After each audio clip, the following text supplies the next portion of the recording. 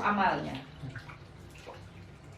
Wa in fasadat, jika mudghah ini sudah rusak, sudah kotor, sudah jelek, buruk gitu.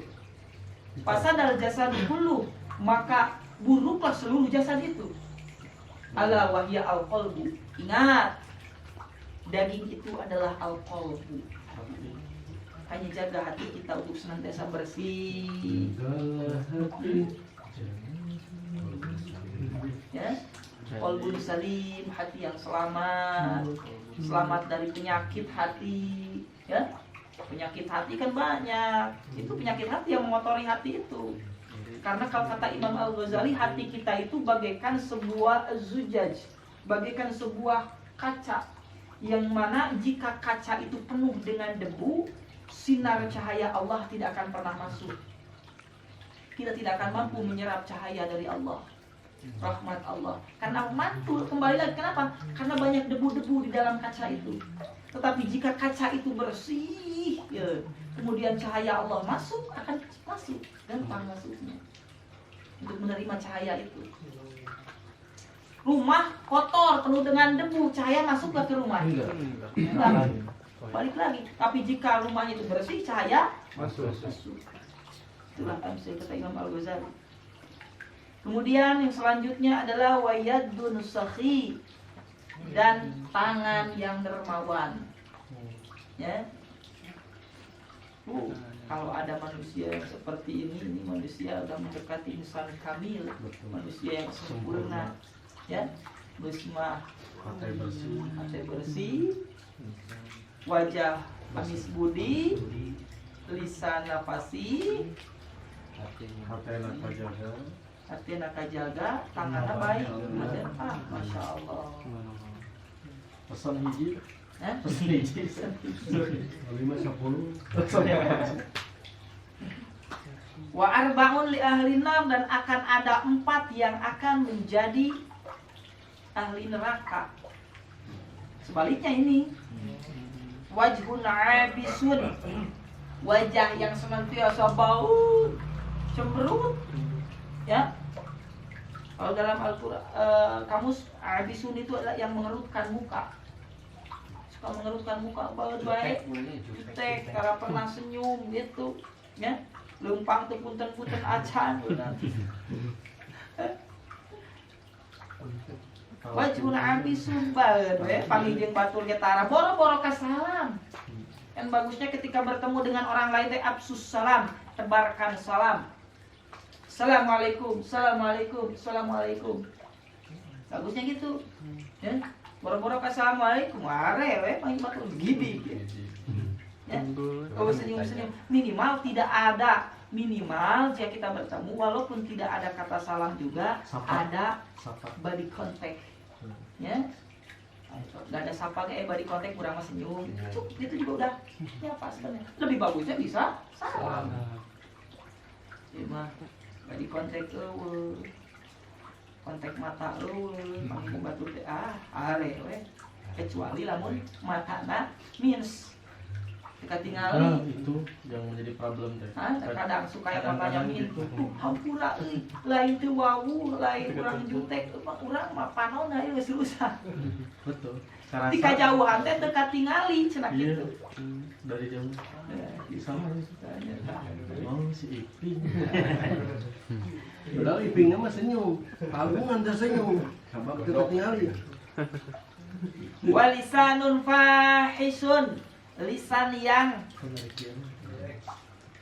kotor, keji, senantiasa mengucap kata-kata kotor, kata-kata keji, Sumpah serapah, Alhamdulillah. bohong, Ya, senantiasa mengucapkan kata-kata bohong. Alhamdulillah. Saya teringat kepada Syekh Abdul Qadir Al-Jailani ketika dia mau berguru, ya, mau berguru ke kota Baghdad. Dia mau berguru, kemudian diberikan bekal oleh ibunya. Ketika dia mau berguru, sebelumnya itu dia itu mencari kayu bakar. Ketika dia mencari kayu bakar, kayu bakarnya ngomong. Wahai Abdul Qadir, kenapa kamu mencari kayu bakar? Ini bukan bagianmu. Ini bukan bagianmu. Bagianmu bukan di sini. Bagianmu itu menjadi ulama, menjadi ahli ilmu. Sana mencari ilmu. Ah, keberat-berat cina bawa suluh. Lain bagian mana ilmu? Kata si kayu bakar. Kayu bakar. Pulang. Abdul Qadir kemudian bilang kepada ibunya, si kayu bakar ngomong, Bu, ini bukan bagian saya pengen cari ilmu. Maka izinkan saya untuk mencari ilmu. Kemudian diizinkanlah, banggalah ibunya karena anaknya ingin mencari ilmu. Kemudian diberikan bekal oleh ibunya sebesar 400 dirham. Tapi titip nak, kata ibunya ini, wahai nak, ketika nanti kamu mencari ilmu di sana, jangan sampai kamu berbohong. Kamu harus berkata jujur. Jangan pernah sekali-kali kamu berbohong. Di tengah perjalanan kemudian ada preman atau perompak jalanan, dirampok. Ya, Sayyidina Abdul Qadir kemudian, "Kamu punya uang enggak?" Kata Sayyidina Abdul Qadir, Enggak boleh berbohong. "Apa yang kamu punya?" Gitu kan. Kemudian Sayyidina Abdul Qadir menjawab, "Saya punya uang sebanyak 400 dirham yang dikaput di bawah lenganku." Diceritakan ini. Gitu. Dan jadi itu nak itu. Si perompak ieu teu percaya. Piraku budak ieu boga duit 400 dirham. Ah, ditinggalkeun eta. Artinya jujur tidak dipercaya. Tidak dipercaya. Ah, piraku budak ieu boga duit 400 dirham. Ah, antepkeun lah setengah wadul budak ieu mah. Jadi gede bohongan. Jadi gede bohong katanya. Kemudian di tengah perjalanan lagi dirampok lagi. Gua ditanya, "Woi anak, apa yang kamu punya?" Beritahukan kepada kami. "Saya punya uang 400 dirham yang berada dikaput di bawah lenganku." Jujur lagi. Tuh percaya keneh ieu. Perampok nu kadua teh. Kemudian ngadu ieu perampok anu kadua kadurunganna ka jegerna perampok.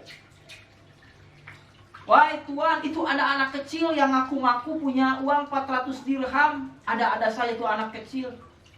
Coba bawa ke sini, barangkali dia benar. Dia punya uang sebanyak 400 dirham itu." "Ah, nggak mungkin. Coba bawa aja dulu." Ketika ditanya, ternyata benar bahwasanya Sayyid Abdul Qadir mempunyai uang 400 dirham. Ketika dibuka di kaputan bajunya, kemudian dibuka benar 400 dirham. Pada waktu itu si jeger preman menangis dan masuk Islam di tangan Sayyid Abdul Qadir pada waktu itu. Kenapa? Karena dia berkata seperti ini. "Kenapa kamu sampai jujur seperti ini padahal kamu punya uang 400 dirham? Tuh orang yang lain punya 1 dirham aja disumput-sumput. Ini 400 dirham kamu dibeja-beja." Jujur lagi. "Karena aku pernah diberikan pesan oleh ibuku bahwasanya aku jangan sampai berkata bohong. Saya harus jujur setiap waktu," kata ibu.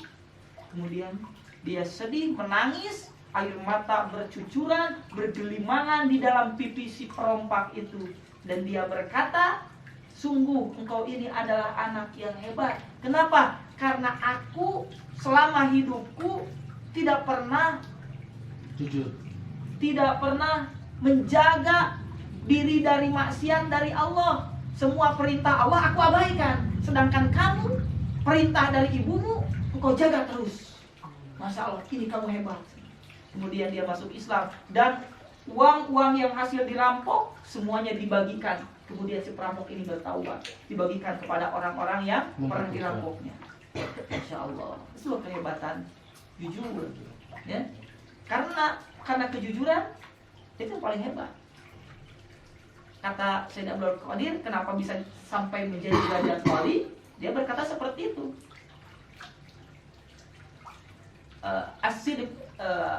as-sidqu wa mal kidbu. Aku ini adalah orang yang suka jujur dan tidak pernah berbohong.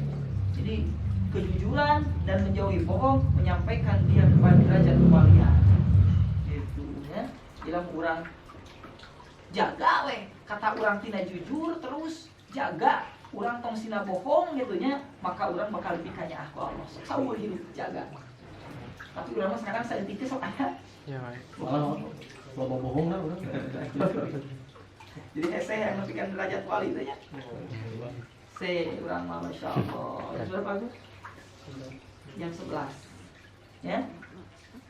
Awas, hati-hati ya, karena bohong itu akan menyengsarakan kita.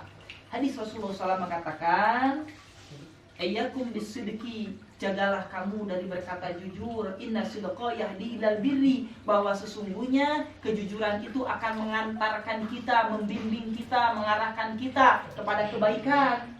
Itu.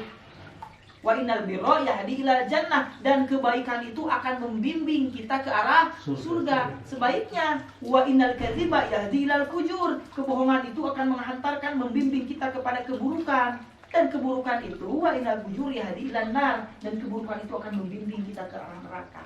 Ketika kita berbohong, maka akan ada kebohongan yang kedua. Ketika kita berbohong yang kedua, akan ada kebohongan yang ketiga untuk menutupi kebohongan itu. Yang pada akhirnya kita akan senantiasa berada dalam keburukan karena banyak bohongnya, gitu.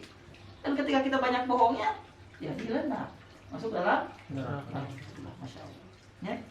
Selanjutnya, cukuplah sampai situ dulu lah. Yang terlalu panjang kita bagi mudah-mudahan. Ikhbaru salat asnad minan nas wa qum al-lama al-ghafilun wal fuqara al-mudahilun wal mutasawwifun al-jahilun wallahu a'lam bi muradi ala dzalik. Dulu hanya yang paling sedikit. Nah, mungkin belajar dulu, mudah-mudahan dapat bermanfaat bagi al-fakir, dunia bagi teman-teman semua. Gimana, ada hadis yang kelewat ya?